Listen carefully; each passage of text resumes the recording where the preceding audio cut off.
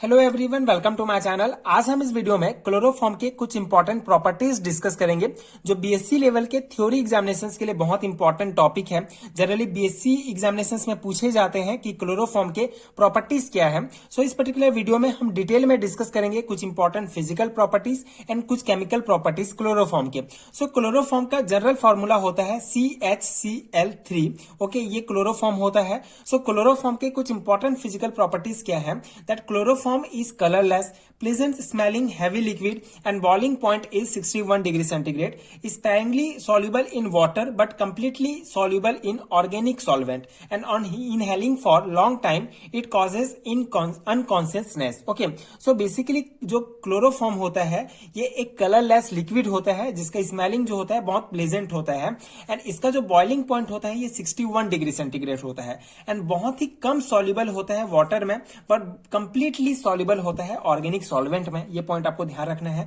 And अगर long time तक अगर हम इनहेलिंग करते हैं, इसको लॉन्ग टाइम तक अगर हम सांस लेते हैं तो ये बेहोशी का कारण बन सकता है। सो ये क्लोरोफॉर्म के कुछ सिंपल से फिजिकल प्रॉपर्टीज हैं जो आपको ध्यान रखने हैं। ठीक है, तो क्लोरोफॉर्म क्या होता है? इसका जनरल फॉर्मूला होता है CHCl3, एंड ये एक कलरलेस लिक्विड है जिसका बॉइलिंग पॉइंट 61 डिग्री सेंटीग्रेड होता है, जो वाटर में बहुत कम सॉल्युबल है लेकिन किसी भी ऑर्गेनिक सॉल्वेंट में कंप्लीटली सॉल्युबल होता है, एंड ज्यादा समय तक अगर हम इसको सांस में लेते हैं तो ये बेहोशी का कारण जो है बनता है क्लोरोफॉर्म। इसके कुछ केमिकल प्रॉपर्टीज देख लेते हैं। पहला है इसका ऑक्सीडेशन। ठीक है, so on exposure to air and sunlight chloroform is slowly oxidize to a poisonous gas that is known as phosgene, and that is also known as carbonyl chloride. Okay, basically जब chloroform को air and sunlight में, ठीक है, oxidise किया जाता है, मतलब जब एयर एंड सनलाइट में क्लोरोफॉर्म को एक्सपोजर करेंगे तो ये धीरे धीरे ऑक्सीडाइज हो जाता है पॉइजनस गैस में जिसे फॉस्जीन कहा जाता है, मतलब कार्बोनिल क्लोराइड में बदल जाता है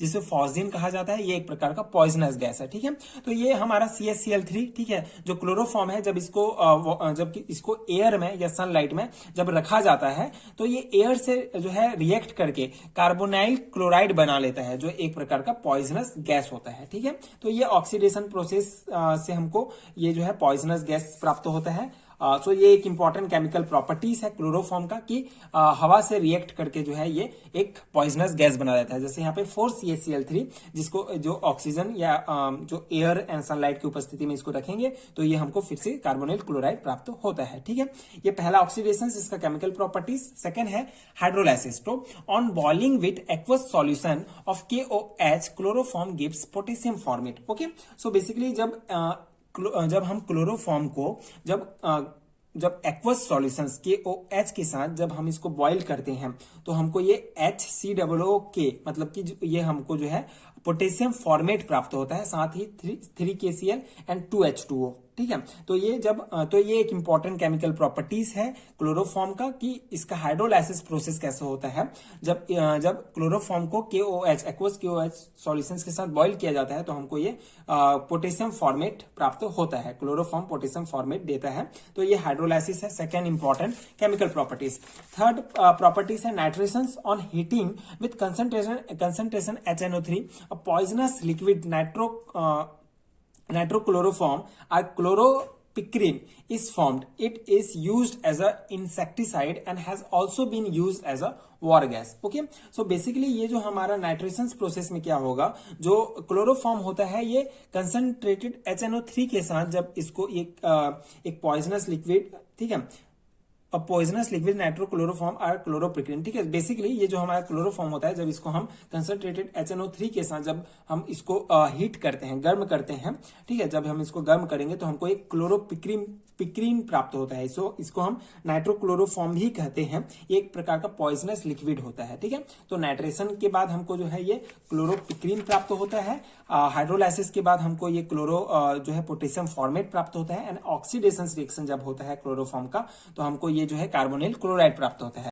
फोर्थ जो इसका केमिकल प्रॉपर्टीज है that is carbylamine reactions. So on heating with primary amine and alcoholic KOH chloroform produce isocyanides which has a very offensive order. Okay, so basically on heating with primary amine, ठीक है, जब chloroform को primary amine के साथ heat करते हैं and साथ ही जो एल्कोहलिक KOH, ठीक है, तीनों को जब हीट करते हैं तो क्लोरोफॉर्म जो है आइसोसाइनाइड्स प्राप्त कर आइसोसाइनाइड जो है हमको तो इस रिएक्शन जब तीनों को रिएक्ट कराते हैं तो आइसोसाइनाइड प्राप्त होता है जो बहुत ज्यादा ऑफेंसिव ऑर्डर होता है। ठीक है, इसे फिनाइल आइसोसाइनाइड हमको ये प्राप्त होता है जिसको कार्बाइल एमाइन भी कहा जाता है। तो ये कार्बाइल एमाइन रिएक्शंस होता है हमारे क्लोरोफॉर्म का। ठीक है, तो ये 4 इंपॉर्टेंट केमिकल रिएक्शंस होते हैं क्लोरोफॉर्म्स के जो इंपॉर्टेंट हैं BSc लेवल के एग्जामिनेशंस के लिए।